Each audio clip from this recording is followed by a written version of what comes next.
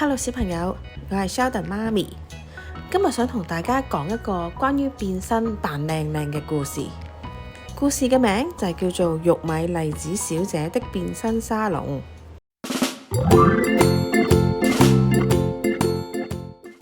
歡迎大家嚟到蔬菜村。喺蔬菜村入邊住咗唔同嘅蔬菜，亦都有唔同嘅商店。今日就有一間好特別嘅商店即將要開幕。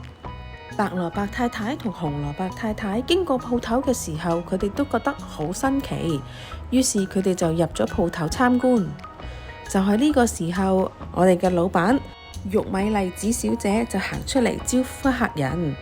麗子小姐唔單止喺度嘅老闆，佢仲係一位專業嘅變身造型師嚟㗎。麗子小姐向兩位太太展示咗鋪頭入邊嘅唔同造型用具。有變身帽啦，仲有變身披肩，仲有唔同顏色嘅自然粉餅。牆上面亦都展示咗唔同蔬菜嘅造型前後照片。紅蘿蔔太太，你想唔想變做白蘿蔔啊？白蘿蔔太太，你又想唔想變做紅蘿蔔呢？放心交俾我啦。兩位蘿蔔太太坐定定，心情真係又緊張又期待啊！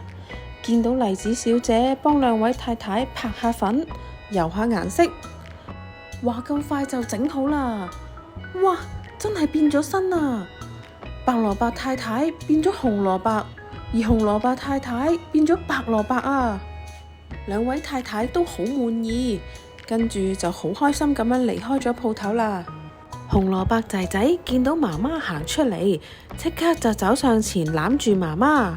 點知俾紅蘿蔔仔仔攬住嘅呢位蘿蔔太太，我唔係你媽媽，我係白蘿蔔阿姨啊！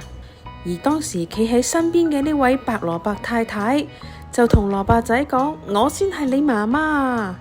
附近嘅街坊見到都覺得呢件事好趣怪，大家都忍唔住大笑出嚟。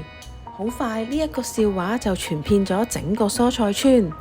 所有嘅村民都覺得麗子小姐嘅鋪頭好新奇有趣，大家都紛紛嚟到佢嘅鋪頭，希望可以變身改變造型。麗子小姐真係忙到不得了啊！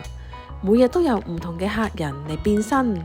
你睇下，椰菜花小姐變咗西蘭花小姐，洋蔥先生變咗栗子先生，高麗菜太太呢就變咗西瓜太太。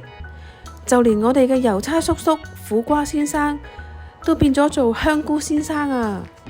蔬菜村入邊嘅大人每一位都忙住改變造型，變身扮靚。喺幼稚園入邊嘅蔬菜仔都好想可以好似大人咁樣改變造型，於是佢哋決定大家都要變身做一個番茄仔。就喺小朋友入課室嗰一刻，真係嚇咗芋頭老師一跳。點解全部同學都變晒做番茄仔㗎？我暈啦！喺另一邊廂，高麗菜先生放工返到屋企，咦？點解我啲屋企人變咗做西瓜、番茄同埋白蘿蔔嘅？而明明要去睇醫生嘅係青椒先生，點解入到診症室嘅會變咗紅椒先生嘅？過咗冇幾耐，喺某一日嘅中午，麗子小姐喺街上面見到有位西蘭花弟弟喺度喊緊啊！原來佢唔見咗媽媽。麗子小姐安慰佢，叫佢唔使喊，仲話會幫佢手一齊揾返媽媽添。麗子小姐帶住西蘭花弟弟周圍揾，終於喺個公園嗰度見到一位西蘭花太太。麗子小姐即刻上前話俾西蘭花太太聽：你嘅小朋友蕩失咗路啊！點知嗰位原來唔係西蘭花太太嚟㗎，佢係椰菜花太太至真啊！係喎，差啲唔記得所有嘅蔬菜太太都變身改變咗造型。咁究竟真正嘅西蘭花太太去咗邊度呢？弊啦！蕩失路嘅小朋友越嚟越多，因為佢哋全部都唔認得自己嘅爸爸媽咪，而大人亦都揾唔返自己嘅小朋友。呢件事變得越嚟越複雜啊！真係冇諗到變身造型會搞到咁大件事㗎。麗子小姐急到大喊出嚟。麻煩大家即刻去澡堂沖涼，沖走晒你哋身上面嘅造型顏料啦！蔬菜村嘅村民都覺得事態嚴重，大家都好合作，除低晒自己嘅造型帽、造型披肩，喺澡堂嗰度互相幫助，清洗晒身上面嘅顏料，終於清洗乾淨，大家變返本來嘅面貌，實在太好啦！小朋友終於認得返自己嘅父母。自從發生呢件事之後，麗子小姐嘅鋪頭就由變身沙龍改變成時尚沙龍。佢已經冇再幫人改變造型啦，而係幫人扮靚靚。你睇下，今日嚟呢位牛蒡醫生，佢個頭髮電得幾靚。